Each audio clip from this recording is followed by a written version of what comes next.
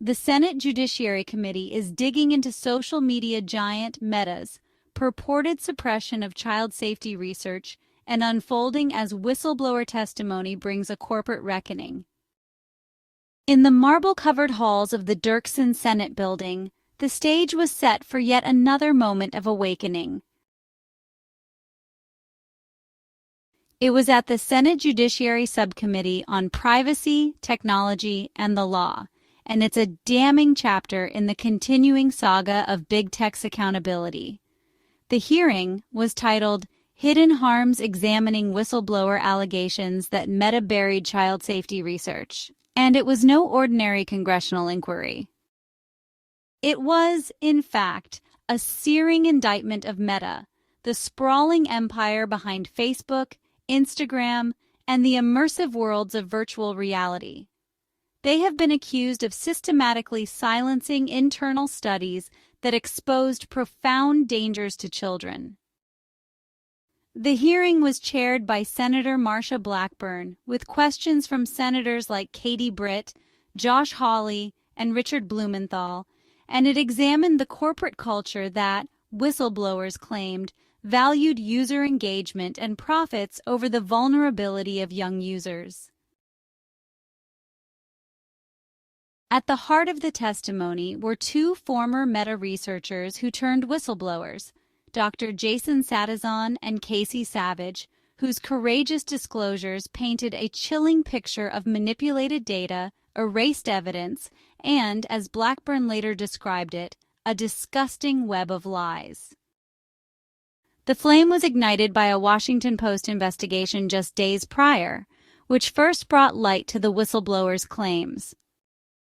Meta, the company founded by Mark Zuckerberg, had long faced scrutiny for its platform's role in youth mental health crises, from Instagram's algorithmic amplification of body image disorders to Facebook's facilitation of online bullying. But this hearing zeroed in on Meta's virtual reality ecosystem products like the Quest headsets marketed as gateways to boundless adventure for families. What researchers uncovered, however, was a digital Wild West teeming with predators such as adults exposing nudity to minors, issuing sexual propositions in real time, and even masturbating virtually in front of children as young as 8. While patriots were having their personal and business channels snatched as punishment for speaking the truth, Zuckerberg's company was allowing perverts to corrupt the minds of our children. Satizon and Savage, who had dedicated years to studying youth experiences in these virtual spaces, alleged that Meta's leadership, including lawyers and executives, intervened not to safeguard kids, but to sanitize the findings. Reports were pruned of damning details, internal sharing was restricted, and entire data sets on emotional trauma, such as the terror of children facing virtual threats of physical harm, were all manipulated to downplay the risks. Meta has chosen to ignore the problems they created and bury evidence of users' negative experiences, Satizon declared in his opening statement. Dr. Jason Satizon is a soft-spoken data scientist with a PhD in human-computer interaction. Having joined Meta in 2018, he rose through the ranks with a track record of promotions and glowing performance reviews, including one in March 2023, which said that he exceeded expectations. His expertise lies in analyzing user behavior in virtual reality environments, where he led studies on how children navigated these uncharted digital experiences. I shudder to think how susceptible a young child's mind is to this technology. But in October 2023, Satizon's world began to unravel due to something he stumbled upon that he couldn't unsee. While reviewing compliance with the Children's Online Privacy Protection Act, or COPPA, he flagged systemic violations. COPPA is a federal law that protects kids under 13 from invasive data collection.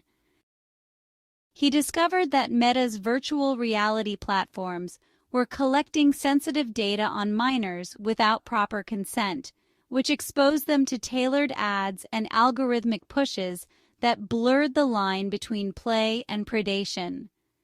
Meta's response to Satizon was retaliation. 6 months after his disclosure, despite 6 years of exemplary service, Satizon was abruptly fired. This is how it often goes for whistleblowers. In the hearing, he recounted the moment that he raised his concerns to leadership that Meta had been violating the child protection laws. Instead of addressing them, they erased the evidence and showed him the door. Satizon detailed how lawyers rewrote research narratives, insisting on control of the narrative. These rewrites portrayed the harm as anecdotal rather than epidemic. One study he co-authored revealed that 1 in 5 child VR sessions, or 20%, involved exposure to adult sexual content. That's really bad, guys, and obviously the more a child uses the VR, the higher the chances. But Meta demanded that these accounts were removed. One was a 9-year-old girl's report of an adult simulating an assault. They say it was removed to avoid alarmist conclusions. Everything in the favor of the mega money core. Satizon's testimony wasn't just technical, it was personal. He spoke of the moral erosion he witnessed. Colleagues were pressured to shut up, fearing reprisal from a company that viewed children as engagement drivers rather than protected users. Putting profit first is understandable in the corporate world, but it clearly demonstrates the need for the development of integrity and compassion. And I'm going to say it, liability. Corporations must be held financially responsible for negligence, like any other profession, as we progress to more and more sophisticated technologies. Meta dismissed the allegations as nonsense, but Satizon insisted that the hidden and excluded data proved that virtual reality was a predator's playground, not a safe haven for family fun. Beside Satizon sat Casey Savage, the former lead researcher on youth user experience for Meta's VR platforms. His testimony added raw emotional firepower to the proceedings. A veteran of Meta since 2019, Savage had immersed herself in the human side of the data, interviewing families, parsing user logs, and mapping the psychological toll of virtual encounters. Her voice actually cracked as she described a 2022 study where children recounted being cornered in VR worlds by strangers demanding explicit acts. One 11-year-old boy described an adult's avatar touching him in ways that left him sleepless and withdrawn. We found coordinated pedophile rings using Roblox integrations to groom kids right under Meta's nose, she revealed, echoing a separate finding where external platforms funneled predators into Meta's ecosystem. But when her team sought to escalate these insights, Meta's legal team swooped in. Make sure your work doesn't put the company at risk, they instructed, according to Savage.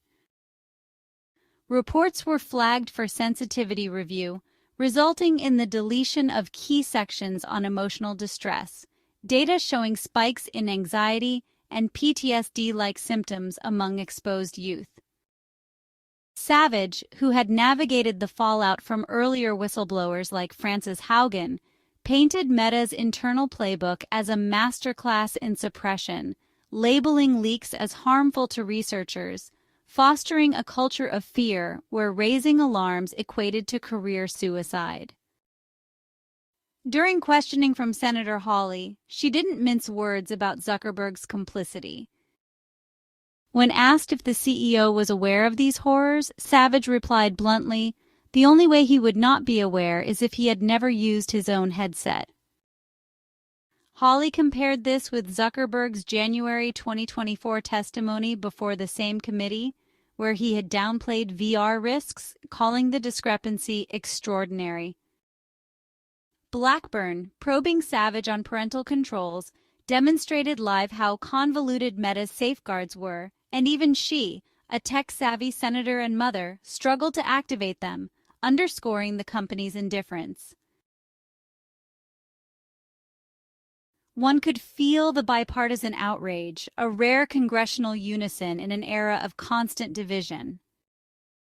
Senator Klobuchar decried Meta's jaw-dropping tactics, while Blumenthal called for robust whistleblower protections to shield future truth-tellers. Grassley, the full Judiciary Committee's chairman, invoked his fight against big tech, comparing whistleblowers to skunks at a picnic for their unwelcome but crucial disruptions. Hawley grilled the duo on Zuckerberg's knowledge, flashing clips of his evasive prior statements. Even Senator Chris Coons, a former subcommittee chair, urged passage of transparency laws, emphasizing how Meta's narrative weaponized silence against reformers. Meta's pre-hearing rebuttal, dismissing the claims outright, only fueled the fire, with Sadizon labeling it a deflection from pruned and manipulated truths. As the gavel fell amid a vote series delay, the subcommittee vowed deeper probes, including subpoenas for unredacted documents. This wasn't just about VR, it echoed broader indictments. From Instagram's 2019 internal memos admitting predator facilitation to AI chatbots engaging minors in explicit banter. Families of victims like those who lost children to online-induced suicides watched from the gallery, their grief a silent signal of Silicon Valley's hubris. In the hearing's wake, the narrative sharpened into a clear call for reform. Blackburn and Blumenthal, longtime crusaders, renewed pushes for the Kids Online Safety Act, a bipartisan protection against tech's predators. The whistleblower's bravery, Sadizon's analytical precision, and Savage's empathetic fury cracked open Meta's facade, reminding a nation that in the metaverse's shadows, children's innocence is at risk. By exposing the truth, these whistleblowers give us a chance to finally make children's safety come first, and every day of inaction leaves our children at risk. It's time to stop big tech from putting profit over protection.